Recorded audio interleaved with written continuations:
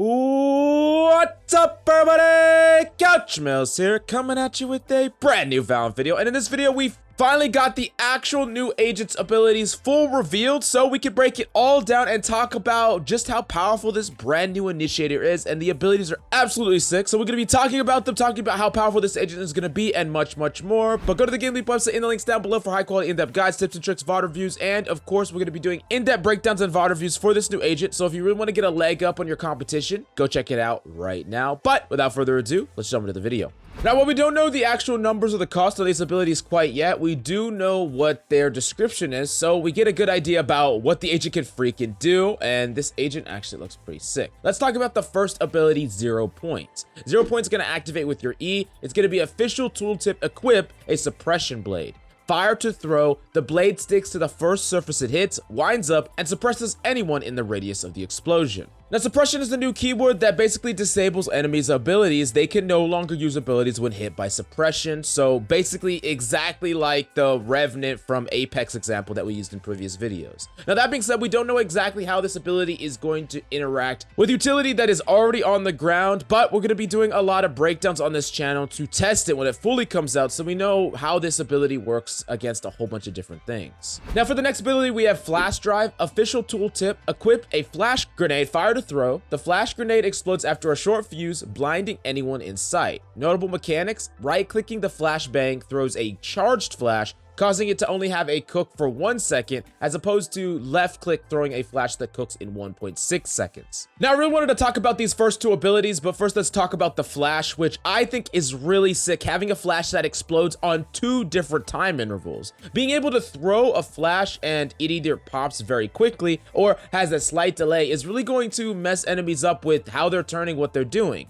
For example, you throw a flash that is going to pop immediately, and enemies are going to 180 the second they see the flash in the air because they don't want to get freaking flashed and they're just going to get killed, right? However, if you throw the flash that cooks, now they're going to be turning around, but you yourself can peek them. You have a tiny window to peek them yourself, challenge them, or get a buddy to before your flash actually pops. And being able to mix up with these timings is really going to keep the enemies on their toes, and I, for one, like that a lot. Now, of course, the first ability is going to be a little bit difficult to talk about, the suppression blade, because we don't quite know exactly like how long suppression lasts and what it works against. However, being able to just flat out disable enemies' abilities seems okay. It's a little bit difficult to use up against characters that are like duelists, for instance. I mean, you're stopping their abilities, but you're not killing them, you're not damaging them. But if this could clear out utility, that's a completely different ball game. We're gonna have to wait and see to fully be able to evaluate this ability. Now, for the next ability, we got Fragment. Official tooltip, equip an explosive fragment, fire to throw. The fragment sticks to the floor and explodes multiple times, dealing near lethal damage at the center with each explosion. So this kind of reminds me of like a spike grenade from Halo, or something that sticks to a target and explodes, which is something that we haven't really had before. We have bouncing explosions, but something that you just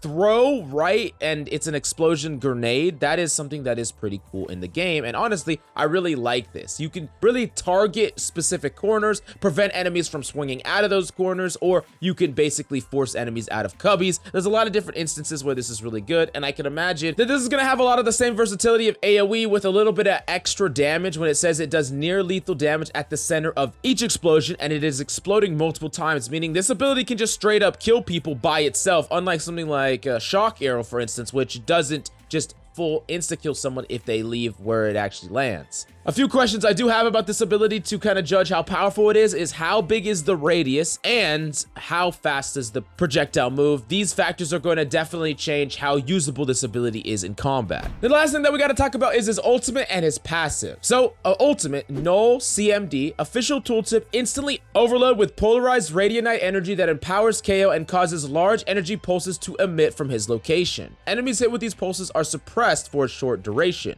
So it seems that the suppression is going to last a little bit less long, but his current location, when you ult, it's going to be disabling enemy abilities when you come nearby. Now, like usual, we don't know how that interacts with abilities that are already on the ground, you know, turret, traps, things like that. We're going to have to wait and see on that, but just being able to disable enemy abilities by going near them, not having to hit them, That is something I'm interested in. Before, like trying to hit like a jet with like a utility, something you throw so she couldn't dash away when you try to chase her, that's a little bit strange, right? That's a little bit difficult to do, and I don't think that that is very useful in the battle. That's why I really want to see its interaction with utility and things like that. However, this, just being able to walk up near people, that is exactly what I'm interested in, because if enemies come too close to you, now all of a sudden their utility doesn't work. They can't get out, they can't dash away, they can't use any flashes, whatever, the list goes on, and it really makes a lot of these gunfights fair fights, which is exactly what they talked about before, where this is a character that forces people to rely on their gunplay. Now, there is a notable passive mechanic while KAYO is overloaded. While overloaded, KAYO gains a combat stem. So basically, they're going to be more lethal overall, so you force enemies down to your level to have no abilities, right? And now you're going to have an advantage in a raw gunfight. So this is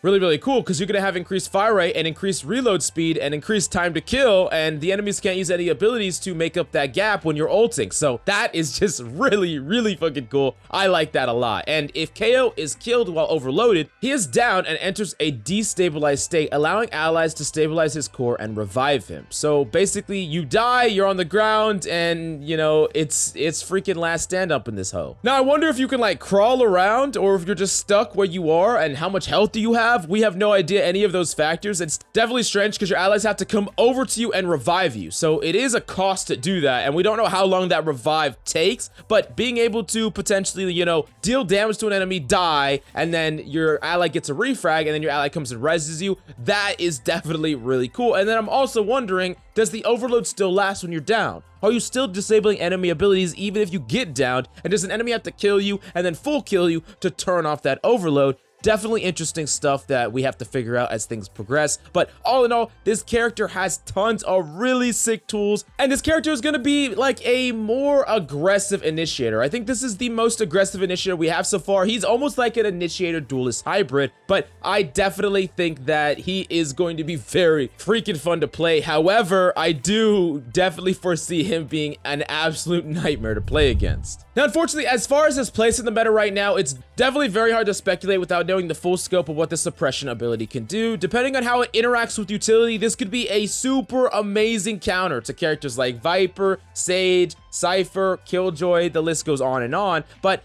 if that doesn't interact the way that I think it does, then the character is still good. The character is very unique and powerful, and we're just gonna have to see how his other abilities just interact with the field, and he might not be like a direct counter. So we're gonna have to wait and see. We're gonna have to test a little bit to really find out just how powerful this agent is, but just, he's so freaking goddamn cool. That's really all that matters right now, honestly. I am definitely excited, and you gotta let me know what you think about him. Do you like him? Do you dislike him? Are you going to main him? I want to know everything in the list down below. Who is going to be a bot main? Let me know. But go to the GameLeap website in the links down below for high quality, in-depth advanced guides, VOD reviews, tips, and tricks. We're going to be doing a full comprehensive KAYO course down below as soon as he's released, so definitely get your sub now. But thank you so much for coming by. Hope you enjoyed the video. I love your faces, and I'll see you tomorrow.